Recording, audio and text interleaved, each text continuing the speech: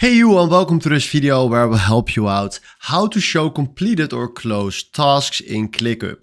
So let's say we have some tasks, and right now if you can see, task 2 is on a to do button. So you see right here the status is to do, and we completed this task. So let's say task 2, we select right here this icon, and then you can do in progress if you want to do that, but we can also do, for example, the video editing in complete.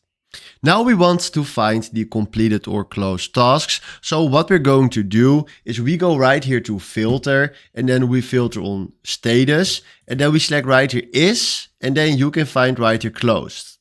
Then you will find right here all your closed tasks that you completed. And if you go back to filter, you can also click here on active, and then you will find right here everything that is active, like in progress.